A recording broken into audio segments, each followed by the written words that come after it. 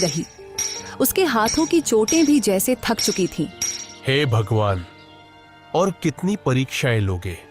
आज एक भी ग्राहक नहीं आया और ऊपर से घर की हालत, रत्न की मासूम बातें सब कुछ तोड़ कर रख देती है।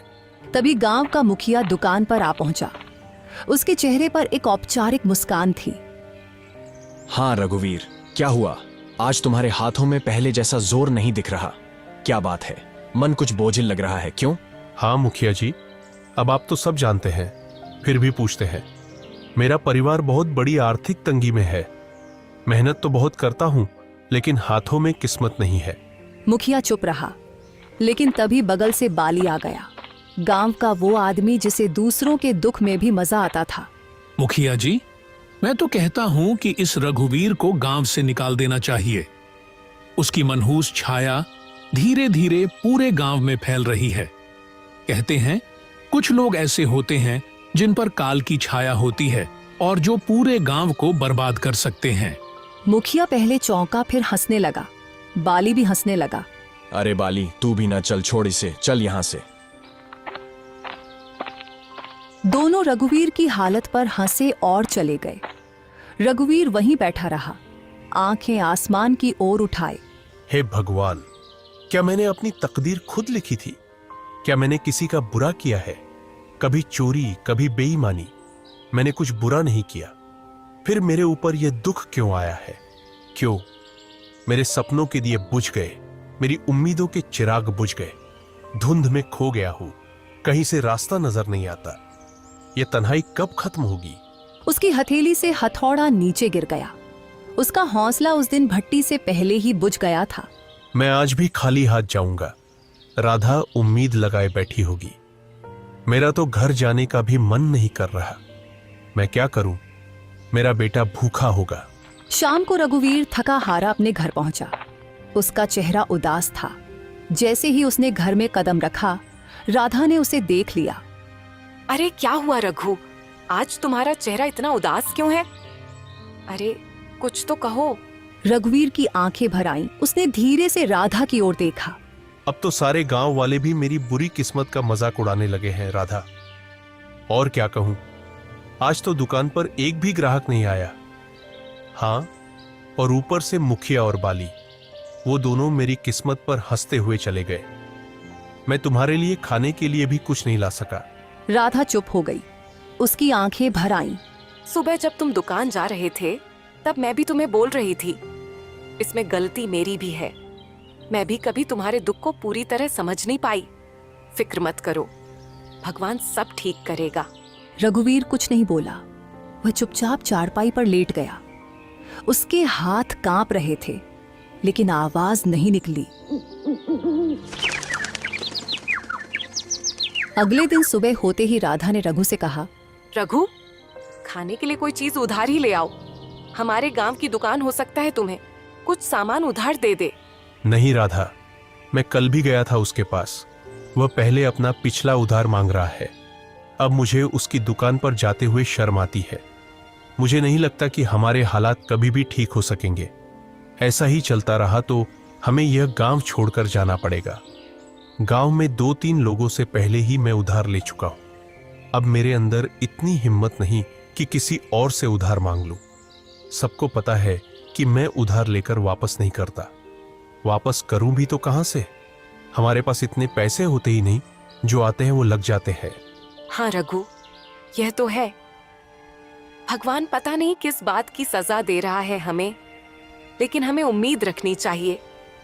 हमारे भी दिन एक दिन जरूर बदल जाएंगे। यह बात तो मुझे तुमसे सुनते 10 साल हो गए हैं।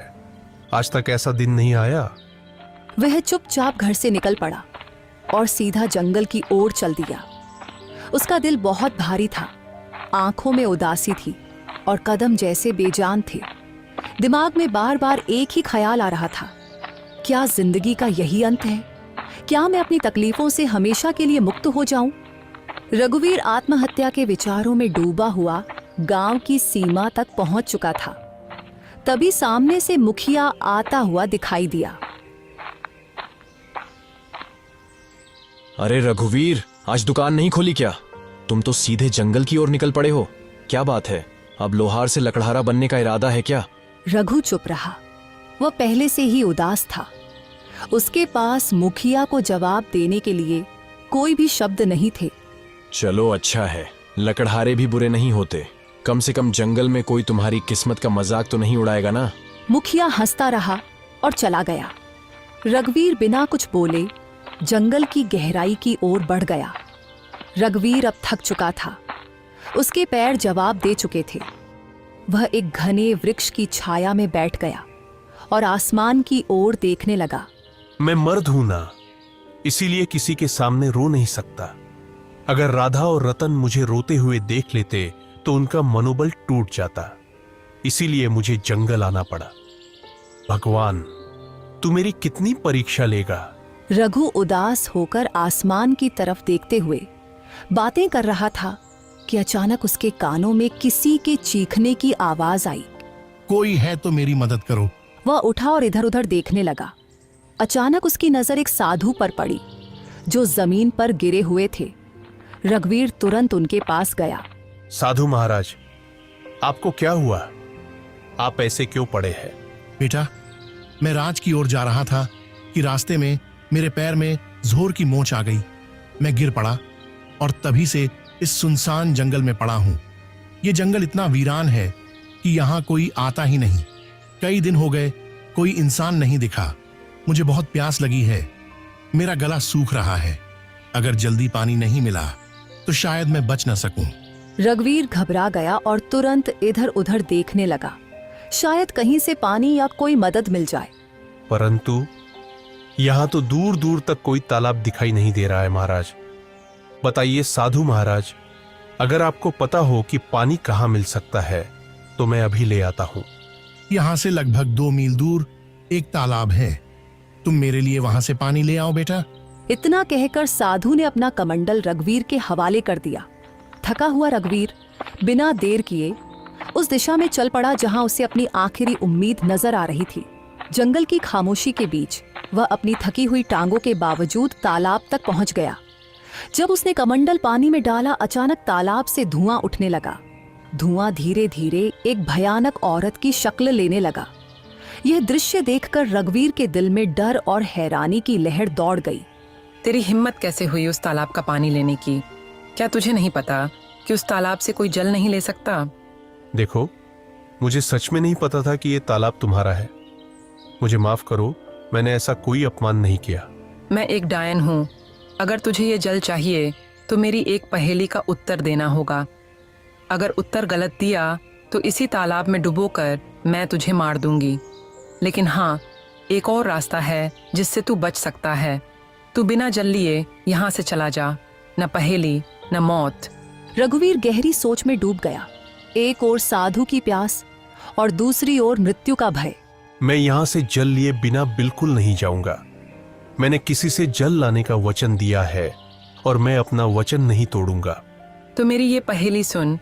एक घर ऐसा जो हर दिशा में खुला हो, जिसके अंदर उजाला हो, पर ना कोई खिड़की हो, ना कोई दरवाजा, ना कोई दीवार हो और ना ही कोई जमीन, फिर भी सब कुछ उसमें समाया हो। बता, कौन है वो? रघुवीर ने कुछ क्षणों के लिए अपनी आंखें मूंद ली। उसकी सांसें तेज और बेकाबू थीं, मानो दिल के भीतर एक तूफान चल रहा हो। लेकिन उसके चेहरे पर एक अनोखा सा सुकून था, एक गहराई से भरा शांत भाव, जैसे वो अपने भीतर की रोशनी से सच्चाई को खोजने की कोशिश कर रहा हो। अंदर से बेचैनी के बावजूद उसके माथे पर एक दृढ़ संकल्प की रेखा साफ नजर आ रही थी, जो ये बता रही थी कि वह हार मानने वाला नहीं है। वो है मनुष्य का मन, जो हर दिशा में खुला होता है, जिसमें उजाला भी होता है और अंधकार भी। ना कोई दीवार, ना कोई दरवाजा, फिर भी उसमें पूरा संसार समा जाता है। डायन कुछ पल चुप रही, जैसे रघुवीर के उत्तर पर हैरान हो गई हो। फिर अचानक वह जोर से हंसने लगी, एक ऐसी हंसी जिसमें हैरानी, गुस्सा और शायद थोड़ी सी खुशी भी छुपी हुई थी।